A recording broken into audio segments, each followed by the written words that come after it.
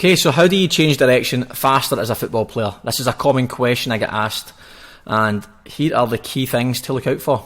So the first thing we're going to look at is cutting. So if we're looking at cutting at a 45-degree angle, I want you to consider these principles. And the good thing about this is, once you see this, you will not be able to unsee it.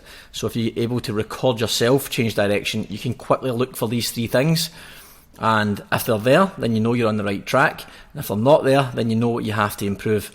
You don't need any fancy equipment. You don't need anything gimmicky. This is straightforward. A bit of space, a bit of intent, and maybe someone to record you. So as you'll see with this athlete here, changing direction, they start from the yellow, they cut it to the orange, and then they arrive at the other orange. The key for them is they know where they're going next. So this is a good starting point for your change of direction work, is you set out a path that you know where you're going. So he knows he's going to the right here. So because he knows he's going to the right, his body leans to the right. His knee also points to the right.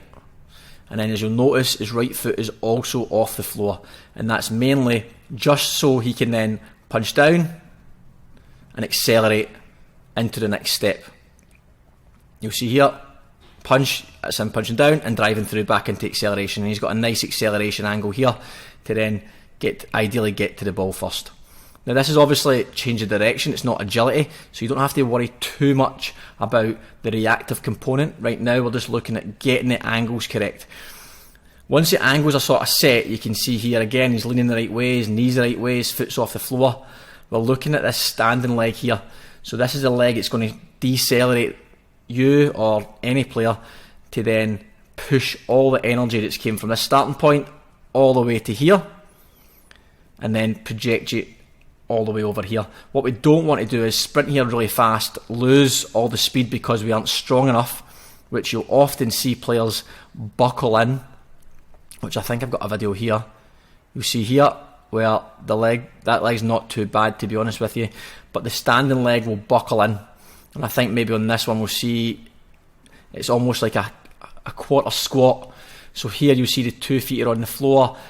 This hip is sunk in a little bit, and you've lost a little bit of the force. You've not lost it all. You can still salvage a fair bit of it, but you're losing the potential to project the opposite way.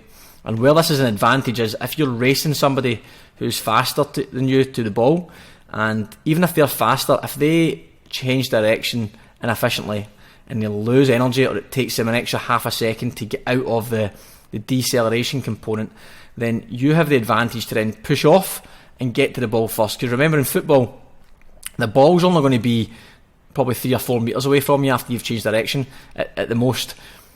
So if you've got that head start, all you need is a toe on the ball to get across them, a toe on the ball to knock the ball at the park, or to go through one-on-one with goal. However you get there first, it doesn't matter. The point is you're able to get there first. So don't think if you're not fast, you can't have an advantage when it comes to speed.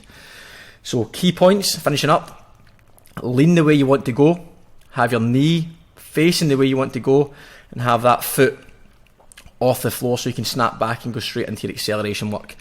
If you see this leg is buckling, it's probably a sign that you have to work on your strength a little bit, or alternatively you're not leaning enough into this direction. When it comes to strength here, if you are in the gym and you have to improve it, think of the strength exercises, or a strength exercise where you have to work on the eccentric, so the lowering portion of the lift. So for instance, if you were doing a squat, you would maybe squat for 3 or 4 seconds, and then pause, and then get out of that. That's you working on the deceleration component, and then try and transfer that onto the pitch by running and stopping, and then progress it again by running, stopping, changing direction, and try and get it faster and faster and faster without that leg buckling in and being strong enough to push all that force in the opposite way. So again, that's the image, a good idea for you how it should look when you record yourself.